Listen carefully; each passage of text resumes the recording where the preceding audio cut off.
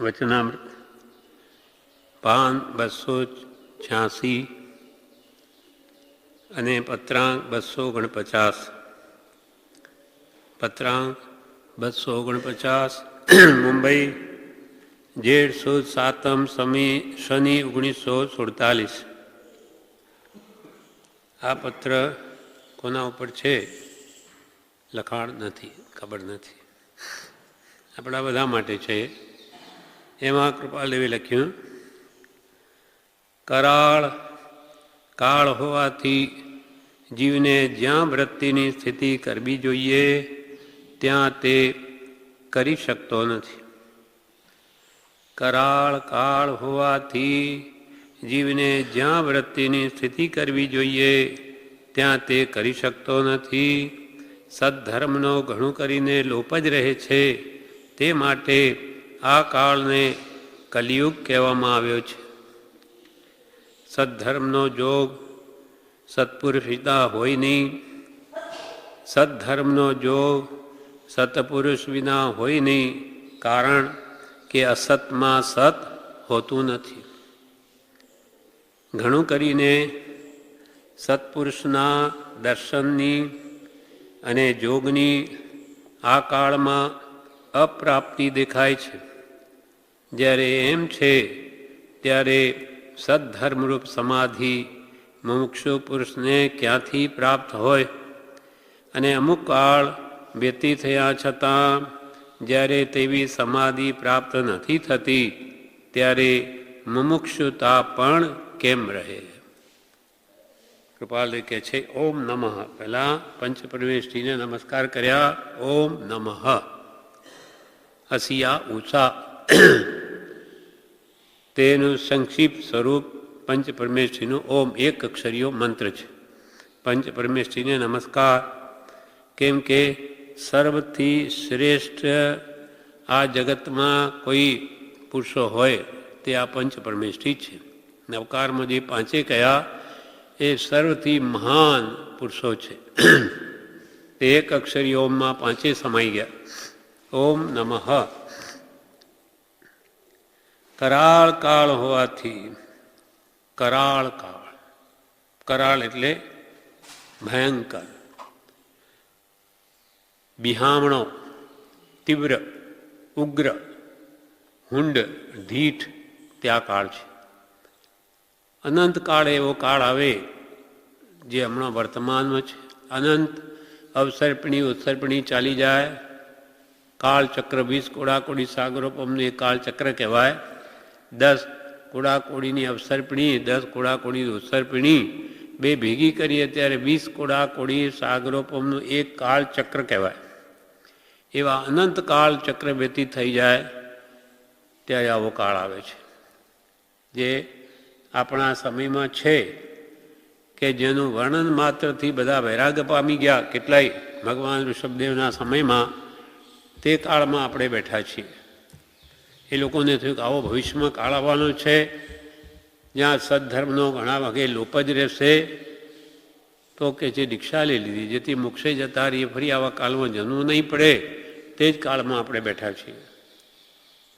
કરાળ કાળ હોવાથી જીવને જ્યાં વૃત્તિની સ્થિતિ કરવી જોઈએ ત્યાં તે કરી શકતો નથી. વૃત્તિ, આપણે મનની વૃત્તિઓ એ હંમેશા નીચા ઢાળ ઉપર છે. પાણી જેમ રેડ્યું હોય તો ઢાળ હોય તે તરફ કેવું ચાલ્યું જાય? તે આપણા મનની વૃત્તિઓ હંમેશા નીચા ઢાળવાળી છે. વિષય કસાયથી ભરપૂર છે. એટલે જ્યાં વૃત્તિની સ્થિતિ કરવી જોઈએ, નાનીઓ કહે છે આવા મનુષ્યભાવ પામીને ત્યાગ, વૈરાગ, ઉપશમ, ભક્તિ કે વૃત્તિને સદવૃત્તિ કરવી જોઈએ ત્યાં સ્થિરતા જ થતી નથી. વિષય કસાયવાળી વૃત્તિઓ છે ત્યાં જ દોડે છે. કરાળ કાળ હોવાથી જીવને જ્યાં વૃત્તિની સ્થિતિ કરવી જોઈએ આ કલિયુગમાં ત્યાં તે કરી શકતો નથી. એનો ખુલાસો કૃપાળુદેવે 299 પાન ઉપર વચનામૃતમાં એક પત્રમાં જણાવે છે કે વૃત્તિ કેમ સ્થિર નથી થતી તે પત્રાંગ 273 કહે છે. આ કલિયુગ છે. વર્તમાન કલી એટલે પાપનો યુગ છે. જ્યાં પાપનું વિશેષપણું જીવોમાં સપ્ત વ્યસન ભોગીઓ કે વિષય કસાયથી જેની વૃત્તિઓ વિશેષ અસંતુષ્ટ છે એવા કાળને કલિયુગ કહેવામાં આવ્યો છે. કલિયુગમાં અપાર કષ્ટે કરીને સત્પુરુષનું ઓળખાણ પડે છે. પહેલાં તો આવા ભયંકર કલિયુગમાં સત્પુરુષ જ મળવા મુશ્કેલ હોય તો એની ઓળખાણ થવી પણ દુર્લભ છે. કલિયુગમાં અપાર કષ્ટે કરીને સત્પુરુષનું ઓળખાણ પડે છે. કેમ કે ચારે બાજુ ઘણા સત્પુરુષો દેખાય, એમાં સાચું કોણ? કેટલા સાધુ સાધ્વી ઢગલા છે. હવે એમાં સત અને અસત કોણ છે, કોણ જાણે? એટલે એમાંથી ઓળખાણ પડવી દુર્લભ છે. સૌ થાપે અહમે, તેમાં ખરેખર સત્ય કોણ છે? કલિયુગમાં અપાર કષ્ટે કરીને સત્પુરુષનું ઓળખાણ પડે છે, છતાં વળી કંચન અને કાંતાનો મોહ તેમાં પરમ પ્રેમ આવવા ન દે તેમ છે. ઓળખાણ પડીએ અડગપણે ન રહી શકે એવી જીવની વૃત્તિ છે. અને આ કલિયુગ છે, તેમાં જે નથી મૂંઝાતા તેને નમસ્કાર. કલિયુગમાં એક તો સત્પુરુષની દુર્લભતા, અને હોય તો એની ઓળખાણ જો સુલભ હોત તો મોક્ષ પણ સુલભ હોત. એટલે આવા કલિયુગમાં અપાર કષ્ટે કરીને સત્પુરુષની ઓળખાણ પડે, છતાં વળી કંચન અને કાંતાનો મોહ તે સત્પુરુષમાં પરમ પ્રેમ આવવા ન દે તેમ છે. કેમ કે આ કાળમાં વિષયોને કારણે કંચન અને કાંતાનું જ મહાત્મ્ય વધ્યું છે. કંચન એટલે સોનું, પૈસા, ધન. કાંતા એટલે સ્ત્રી. આ ભોગોના સાધનોમાં જીવની વિષયવાળી વૃત્તિ છે. એટલે વિષયથી જેની ઇન્દ્રિયો આર્ત છે તેને શીતળ એવું આત્મસુખ, આત્મતત્વ ક્યાંથી પ્રતીતિમાં આવે?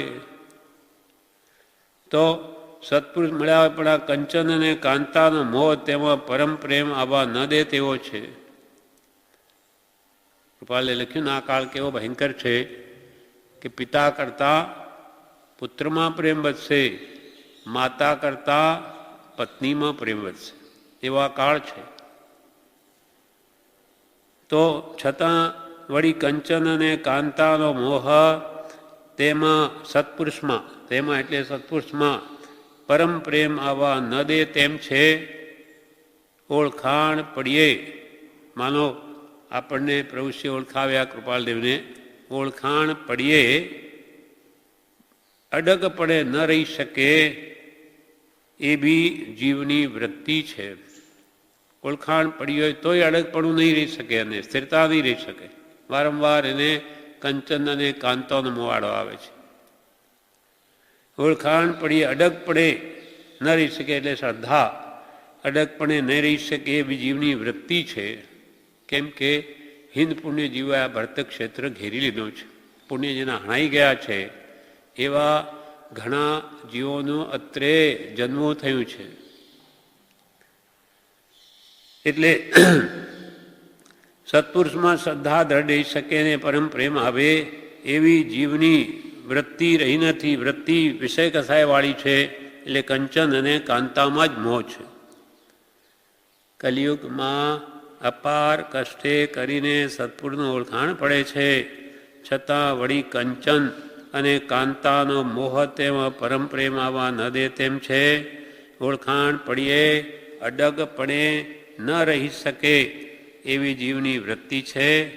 અને આ કલિયુગ છે, પાપનો યુગ છે, તેમાં જે નથી મૂંઝાતા તેને નમસ્કાર. એટલો જ નાનો પત્ર કૃપાલ લખ્યો. આમાં પણ વૃત્તિ જે સ્થિર રાખી શકે તેને કહે છે નમસ્કાર છે. વળી કલિયુગમાં કેવી વૃત્તિ છે જીવોની, એના વિશે વળી 336 પાન ઉપર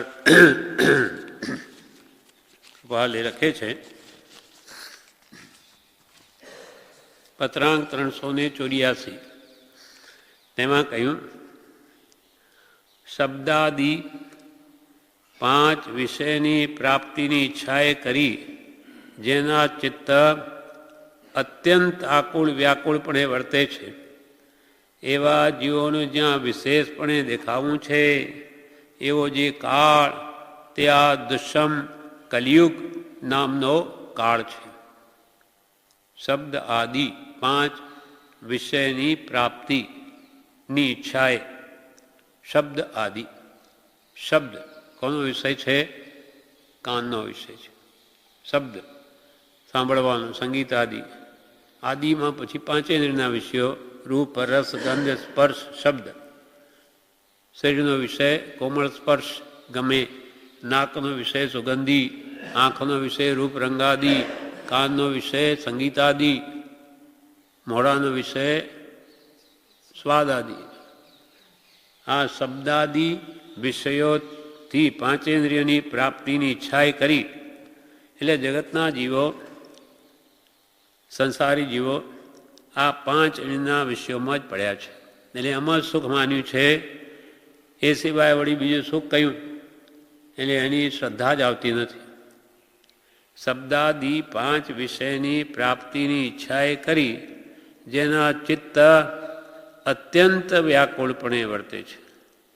એટલે વિષયોથી જેની ઇન્દ્રિયો આર્ત છે, દુઃખી છે, ક્યાંથી મેળવું? 5 ઇન્દ્રિયના વિષયોને પ્રાપ્તિ કેમ થાય? નિરંતર એનું જ જેને ચિંતન છે એના માટે જ રાત દાડો મથે છે, જેના ચિત્ત અત્યંત વ્યાકુળપણે વર્તે છે એવા જીવોનું જ્યાં વિશેષપણે દેખાવું છે, વિશેષપણે મોટે ભાગે એવા જીવો આ કાળમાં છે, એવો જે કાળ તે આ દુષ્મ કલિયુગ નામનો કાળ છે. દુષ્મ એટલે દુઃખે કરીને જ્યાં ધર્મની પ્રાપ્તિ થાય એવા કલી એટલે પાપનો આ યુગ છે.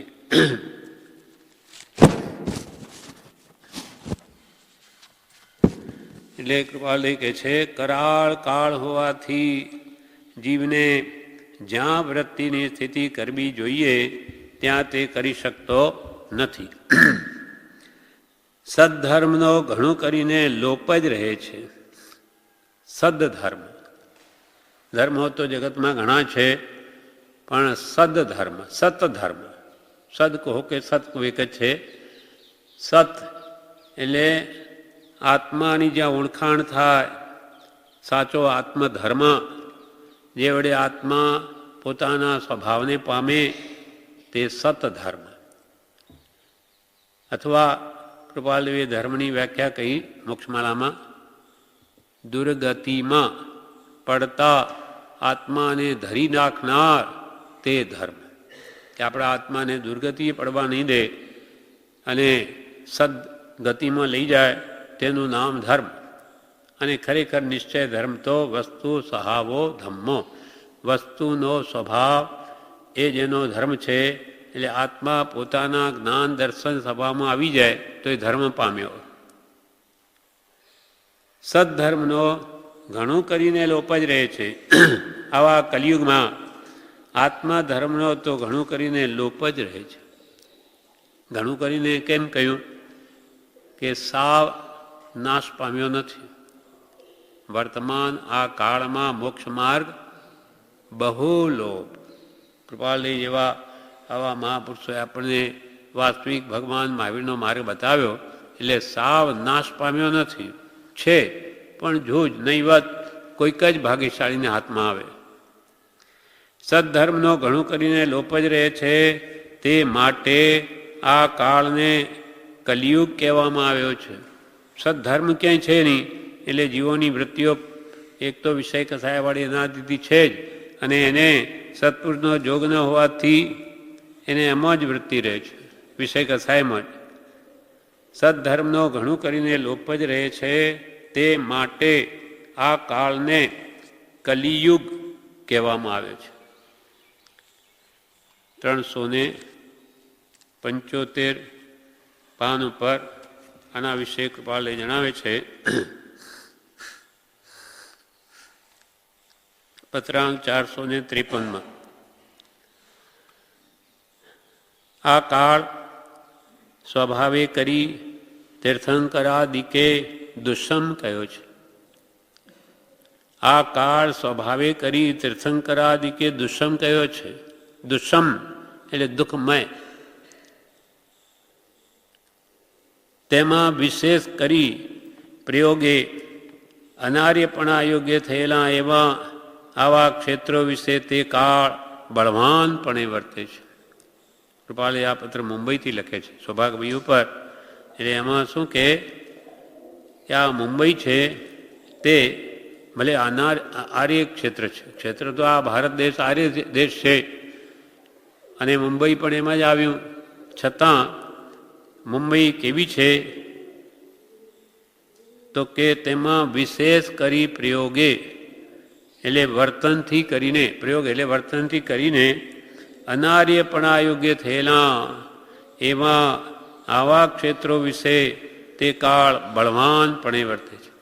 લોકોનું વર્તન આર્ય દેશ હોવા છતાં વર્તનથી અનાર્ય, સપ્તવ્યસન ભોગ્યો અથવા જેને આત્મા સંબંધી કોઈ શ્રદ્ધા નથી, આવા મોટો ભાગે જ્યાં જીવોનું રહેવું થાય છે એવો જે આ મુંબઈ ક્ષેત્ર તે વિશેષ કરી પ્રયોગે એટલે વર્તનથી કરીને અનાર્યપણા યોગ્ય થયેલા એવા આવા ક્ષેત્રો એટલે મુંબઈ વિશે તે કાળ બળવાનપણે વર્તે છે.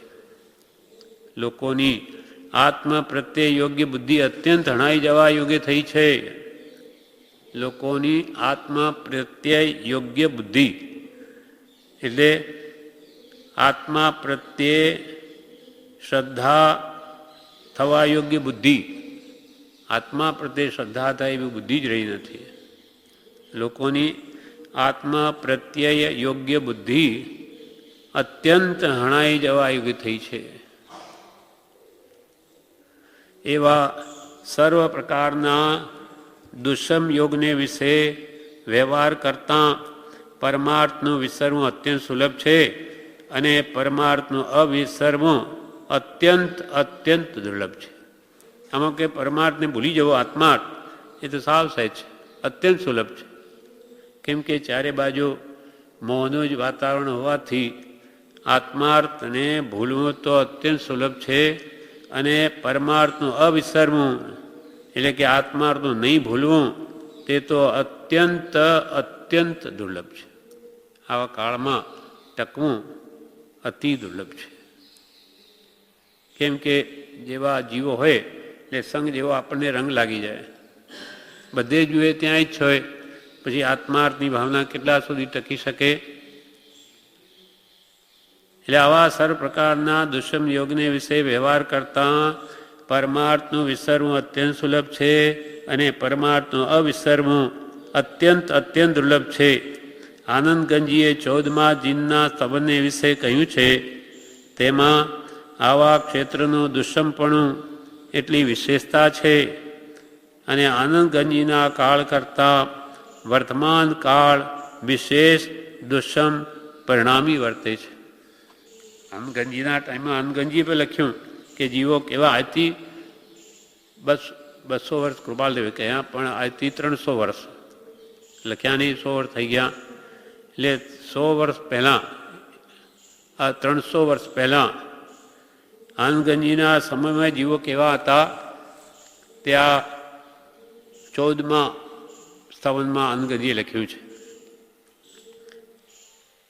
કે ધાર તરવારની સોહલી દોહલી 14મા જીન તણી ચરણ સેવા ધાર પર નાચતા દેખ બાજી ગરા સેવના ધાર પર રહીન દેવા. ધાર તરવારની ધાર ધાર તરવારની સોહલી છે ને દોયલી છે કે છે ધાર પર નાચતા દેખ બાજીગરા. આજે નટ લોકો તે તરવારની ધાર ઉપર નાચીને બતાવી શકતા હશે. જેમ કે આજકાલ બી કોઈ બ્લેડ હોય એને ચાવીને ખાય, કાચના ટુકડા ચાવે, તેમ કોઈ પણ કારણે એ ધાર પર નાચતા તો બાજીગર લોકો હજુ જોવા મળે, પણ સેવના ધાર પર રહે ન દેવા. મનુષ્ય તો શું, દેવ પણ ભગવાનની આજ્ઞા અધીન વર્તી શકતા નથી. તો કે વળી કાળનું કેવું ઉગ્ર સ્વરૂપ છે, જે સાધુ પુરુષો છે તેના વિશે કહે છે. ઉદર ભરણાદિ નિજ કાજ કરતા થકા, મોહ નડિયા કડી કાળ રાજે. એના પહેલાની લીટી, ગચ્છના ભેદ બહુ નયન નિહાળતા, તત્વની વાત કરતા ન લાજે. તત્વની વાત કરે છે, અને વૃત્તિઓ કેવી છે, ગચ્છના તો ભેદ પાડે, એક કરે એમ નહીં, ગચ્છોને ઉડતા વિશેષ વિશેષ ભેદ પાડતા જાય, પોતાની માન્યતા મનાવવા. ગચ્છના ભેદ બહુ નયન નિહાળતા, અને તત્વની વાત કરતા ન લાજે. અને વળી ઉદર ભરણાદિની જ કાજ કરતા, પોતાના પેટ ભરવા માટે આવું કામ કરતા. મોહ નડિયા કડી કાળ રાજે. આ કલિકાળનું રાજ્ય વર્તે છે તે સાધુઓને મોહ નડ્યો. એને પેટ ભરવા માટે આવા દીક્ષા ગ્રહણ કરી હોય એવા કેટલાય મળે, અને ગચ્છના ભેદ પાડે, અને વળી તત્વની વાત કરે. એટલે કેવો કાળ છે આ અસંયતી પૂજા નામનો આ કાળ છે. એટલે અસંયમે તો પૂજા છે, અને સંયમીને કોઈ ભાવ નહીં પૂછે. જોકે એ ખરા આત્માર્થીને તો ભાવ પૂછાવાનો પણ ન હોય, એટલે એ ક્યાંય પડ્યો હોય એને આરાધનામાં પણ ચાપલુસિયા કે આ બધા અસંયમી, બહારથી સંયમી કહેવાય ને અંતરમાં કંઈ છે નહીં, માન ખાન પાનની જ ઈચ્છાથી ભૂખા, આવા લોકો તે ધર્મના ધોરી બનશે. એવા આશ્ચર્ય છે 10મું એક અસંયતી પૂજા નામનું, તેવા કાળ છે. એટલે કૃપાલે કહે છે, આ કાળ આનંદ ગંજીએ 14મા જીનના સ્તવને વિશે કહ્યું છે, તેમાં આવા ક્ષેત્રનું દુષ્મપણું એટલી વિશેષતા છે. અને આનંદગંજીના કાળ કરતાં, જે કાળમાં આનંદગંજી થયા 300 વર્ષ પહેલાં, તે કરતાં વર્તમાન કાળ તો વિશેષ દુષ્મ પરિણામ. 300 વર્ષ વીતી ગયા, અને ઉતરતો કાળ છે, એટલે દિવસે દિવસે વધારે બગડી રહ્યું છે. ને થશે, ભગવાન કહી ગયા, ઉતરતા કાળમાં એવું જ થાય, કનિષ્ઠ વસ્તુનો ઉદય અને ઉત્તમ વસ્તુની ક્ષીણતા હોય. તેમ એટલે વર્તમાન કાળ વિશેષ દુષ્મ પરિણામી વર્તે છે. તેમાં આવા કાળમાં આપણે બેઠા છીએ, તો આપણે આત્મકલ્યાણ કરવું હોય તો શું જાગૃતિ રાખવી, તે કૃપાલે હવે કહે છે. તેમાં આવા કાળમાં જો કોઈ આત્મા પ્રત્યયી પુરુષને બચવા યોગ્ય ઉપાય હોય, આત્મા પ્રત્યય એટલે આત્મલક્ષી, જેને આત્માનું કલ્યાણ કરવું છે, એવા આત્મલક્ષી પુરુષને અથવા આત્માર્થીને, એવા આત્મા પ્રત્યે પુરુષને બચવા યોગ્ય ઉપાય હોય, તો તે એકમાત્ર નિરંતર અવિચ્છિન્ન ધારાએ સત્સંગનો ઉપાસ હું એ જ જણાય છે. જો આ કાળમાં કંઈ પણ બચવું હોય આ કાળથી, તો આત્માર્થી જીવે શું કરવું? એકમાત્ર, બે ઉપાય નહીં, એક જ, એકમાત્ર નિરંતર હંમેશા અવિચ્છિન્ન ધારા એટલે અખંડપણે સત્સંગનો ઉપાસ હું એ જ જણાય છે. કે જેને કંઈ બચવું હોય આવા કાળના દુષ્મ પરિણામથી, તો નિરંતર સત્સંગમાં નિવાસ કરવો. જેમ કે આપણે અહીંયા છે, આપણે અહીંયા તો ચોથા આરા જેવું વર્તન છે. કોઈ વિષય કસાયની વૃત્તિઓવાળા અહીંયા આવે તો ટકે પણ નહીં, રહે પણ નહીં. તો આ કાળ આપણા માટે તો અહીંયા ચોથો આવ્યો, આરો રે ફેરી આવ્યો ગણું. વાચક એસ કહે ચંગ હલેસર. એમ તેમાં જો કંઈ આત્મા પ્રત્યે પુરુષને બચવા યોગ્ય ઉપાય હોય, તો તે એકમાત્ર નિરંતર અવિચ્છિન્ન ધારાએ સત્સંગનો ઉપાસ હું એ જ જણાય છે. એકમાત્ર આ ઉપાય છે. આ કાળમાં વિષય કસાયનું બળ ઘટાડવું હોય તો આ એક જ ઉપાય છે. તે માટે આ કાળને કલિયુગ કહેવામાં આવ્યો છે, કેમ કે સદ્ધર્મનો ઘણું કરીને અહીં લોપ જ રહે છે. વળી 365 પેજ ઉપર પત્રાંગ 433 લખે છે, જેને વિશે પરમાર્થ ધર્મની પ્રાપ્તિના કારણો પ્રાપ્ત થવા અત્યંત દુષ્મ થાય તે કાળને તીર્થંકર દેવે દુષ્મ કહ્યો છે. આ કાળને દુષ્મ કેમ કહ્યો?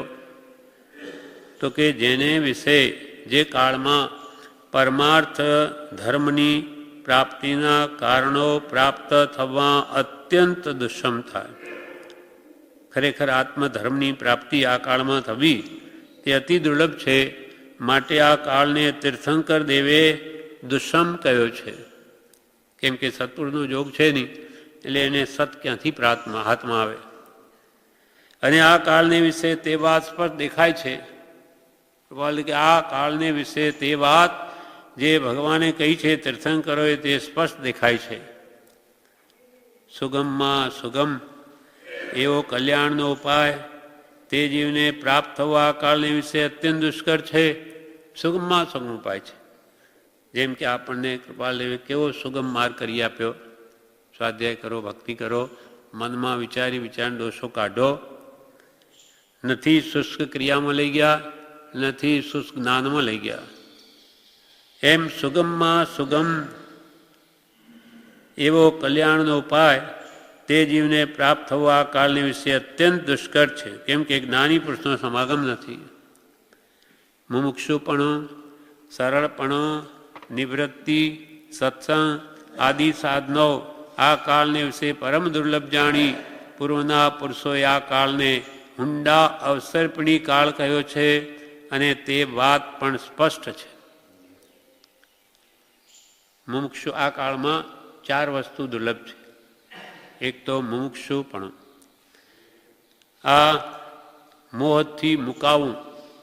તે મુમુક્ષુ મોહને દૂર કરવા અને ભાવનાવાળો અથવા મોક્ષનો ઈચ્છુક ખરો તે મુમુક્ષુપણું. સરળપણું, માયા કપટીપણું વિશેષ વધ્યું છે. સરળપણું હાનિપણાને પામ્યું છે.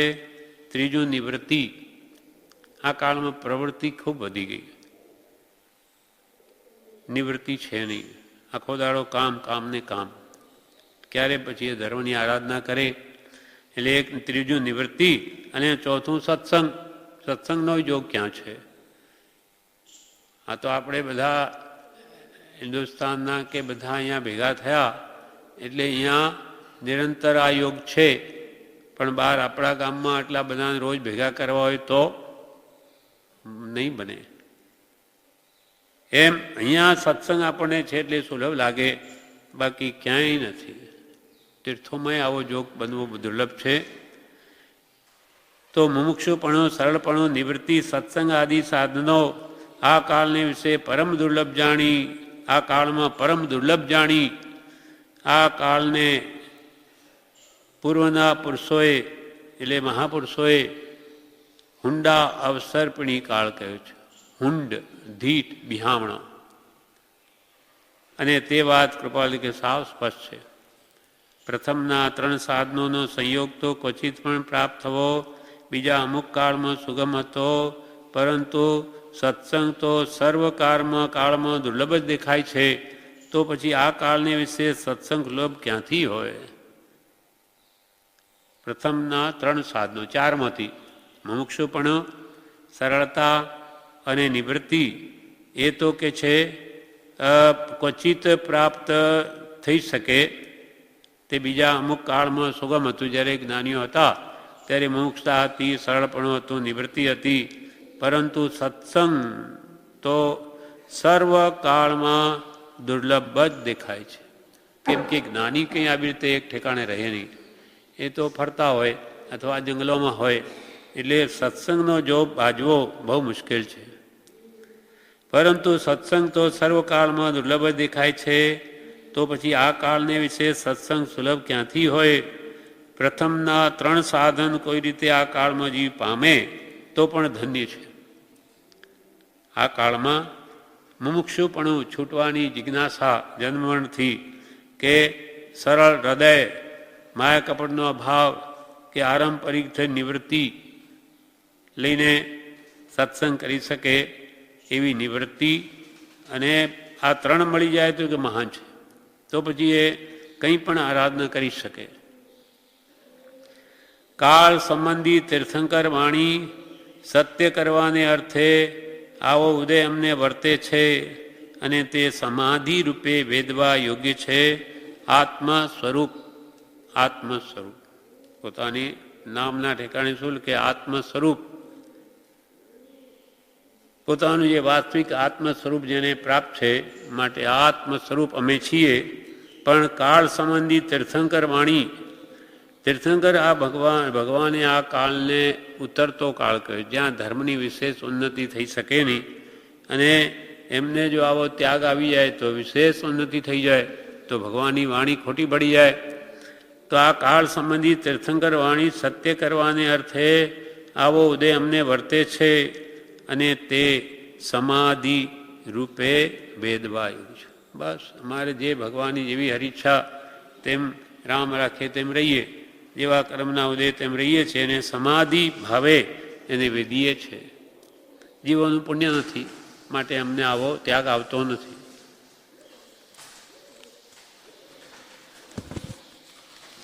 આ પ્રમાણે કરાળ કાળ હોવાથી જીવને જ્યાં વૃત્તિની સ્થિતિ કરવી જોઈએ ત્યાં તે કરી શકતો નથી. સદ્ધર્મનો ઘણો કરીને લોપ જ રહે છે. તે માટે આ કાળને કલિયુગ કહેવામાં આવ્યો છે.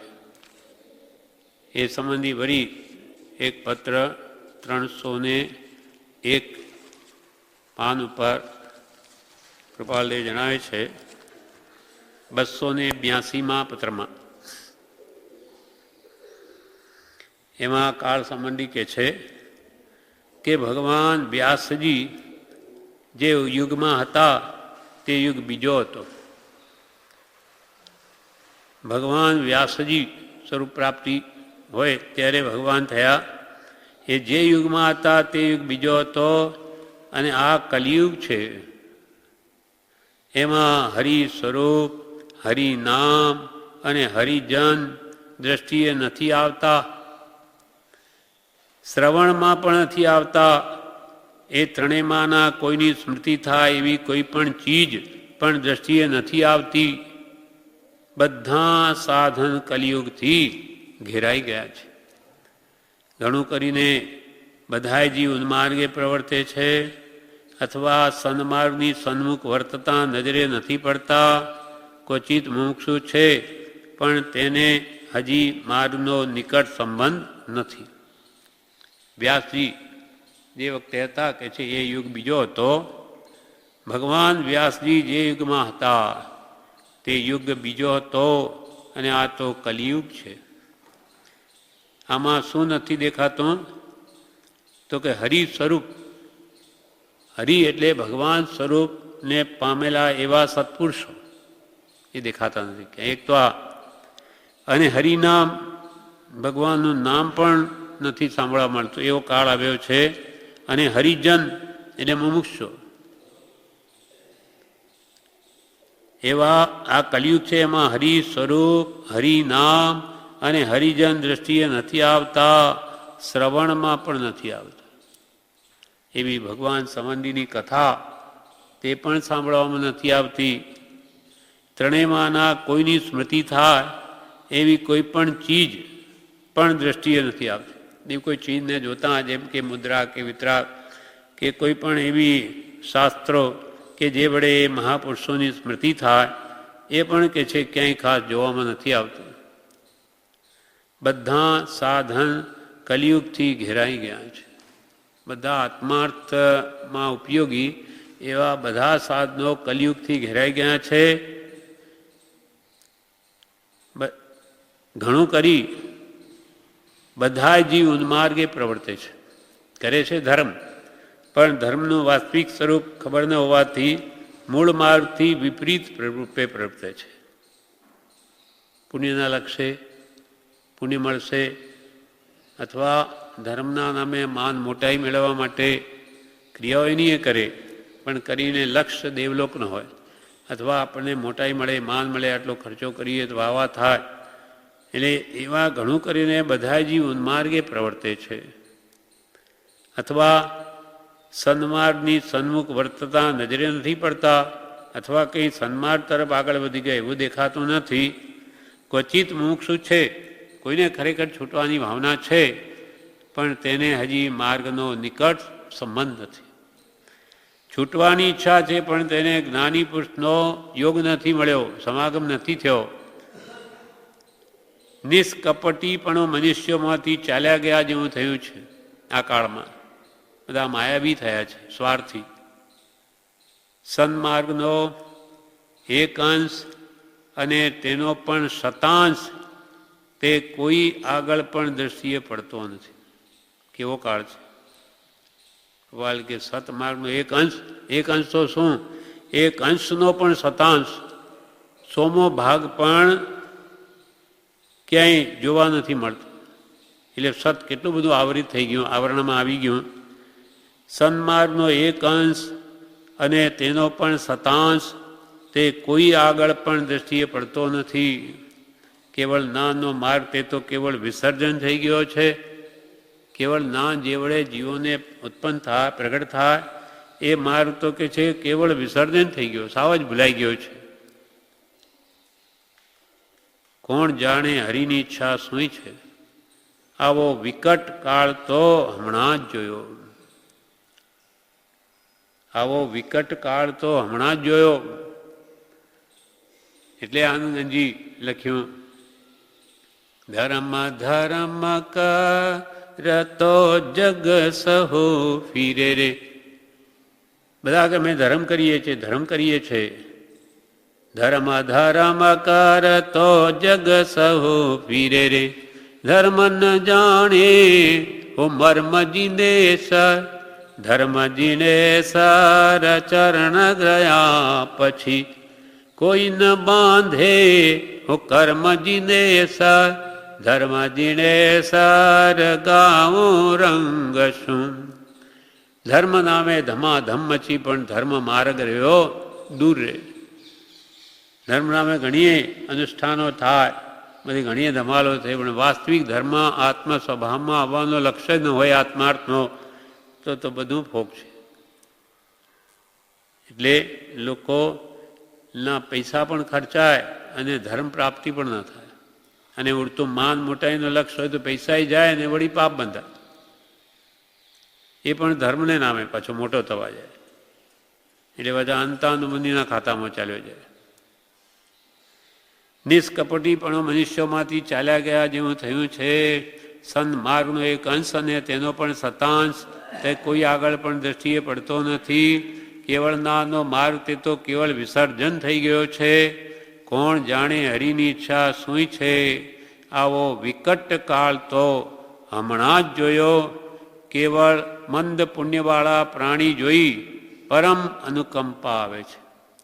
આ કૃપાળની દયા આવે છે. આવું જોઈને એ બિચારા કેટલી મહેનત કરે જીવો, છતાં સતને પામી શકતા નથી.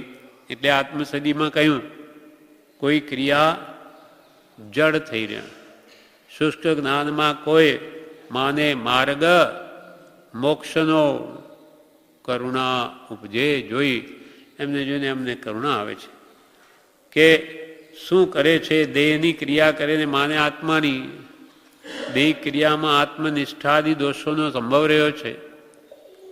એટલે અહીંયા કહ્યું કે આવો વિકટ કાળ તો હમણો જ જોયો. કેવળ મંદ પુણ્યવાળા પ્રાણી જોઈ પરમ અનુકંપા આવે છે. પરમ અનુકંપા આવે છે કે બિચારા આ જીવોને કલ્યાણ કરવું છે અને શું પકડાઈ ગયું છે, અથવા કુગુરુએ શું પકડાવી દીધું છે. વાસ્તવિક માર્ગ બતાવનાર કોઈની હોવાથી એને સતમાર્ગનું જ ભાન નથી. સત શું છે? સત્ધર્મનો ઘણું કરીને લોપ જ રહે છે. કરાળ કાળ હોવાથી જીવને જ્યાં વૃત્તિની સ્થિતિ કરવી જોઈએ ત્યાં તે કરી શકતો નથી. સદ્ધર્મનો ઘણું કરીને લોપ જ રહે છે. તે માટે આ કાળને કલિયુગ કહેવામાં આવ્યો છે. સદ્ધર્મનો જોગ સત્પુરુષ વિના હોય નહીં. આત્મા ધર્મનો જોગ સત્પુરુષ વિના હોય નહીં. કારણ કે અસતમાં સત હોતું નથી. જે પોતે આત્મ સ્વરૂપ પામ્યા નથી તે બીજાને કેમ પમાડી શકે? સદ્ધર્મનો જોગ સત્પુરુષ વિના હોય નહીં, કારણ કે અસતમાં સત હોતું નથી. ઘણું કરીને સત્પુરુષના દર્શનની અને જોગની આ કાળમાં અપ્રાપ્તિ દેખાય છે. કૃપાલ દેતું કે કોઈ છે નહીં. ઘણું કરીને સત્પુરુષના દર્શનની, નાની પુરુષની અને આના જોગની, એના સમાગમની આ કાળમાં અપ્રાપ્તિ દેખાય છે. જ્યારે એમ છે ત્યારે સદ્ધર્મરૂપ સમાધિ મુમુક્ષુ પુરુષને ક્યાંથી પ્રાપ્ત હોય? નાની પુરુષની જ્યાં હાજરી નથી, તો પછી જેને આ સંસારથી છૂટવું છે અથવા સદ્ધર્મ પામવો છે, સદ્ધર્મરૂપ સમાધિ એટલે આત્મધર્મમાં સ્થિતિ થવારૂપ સ્થિતિ, સમાધિ સ્વરૂપમાં સ્થિતિ જેને કરવી છે મુમુક્ષુને, તે ક્યાંથી પ્રાપ્ત થાય? સ્વરૂપ પર લક્ષ જ કરાવનાર કોઈ નથી આત્માર્થનો, તો આત્મામાં સ્થિતિ કેવી રીતે થાય? જ્યારે એમ છે ત્યારે સદ્ધર્મરૂપ સમાધિ મુમુક્ષુ પુરુષને ક્યાંથી પ્રાપ્ત હોય? અને અમુક કાળ વ્યતીત થયા છતાં જ્યારે તેવી સમાધિ પ્રાપ્ત થતી નથી, ત્યારે મુમુક્ષુતા પણ કેમ રહે? ઘણો કાળ જાય, ઘણી મહેનત કરે, છતાં કંઈ પ્રાપ્તિ થાય નહીં, તો એના અંદરથી પછી મુમુક્ષુતા પણ ચાલી જાય કે કંઈ છે નહીં, શું કંઈ થતું તો નથી. એમ સત્પુરુષના મળવાથી કેટલો બધો પ્રયત્ન કરે, છતાં કંઈ હાથમાં આવતું નથી. અને અમુક કાળ વ્યતીત થયા છતાં જ્યારે તેવી સમાધિ પ્રાપ્ત થતી નથી, ત્યારે મુમુક્ષુતા પણ કેમ રહે? મુમુક્ષતા છૂટી જાય. આ પ્રમાણે આગળ આ પત્રમાં ઘણું બાકી છે, જે આપણે આવતીકાલથી છે.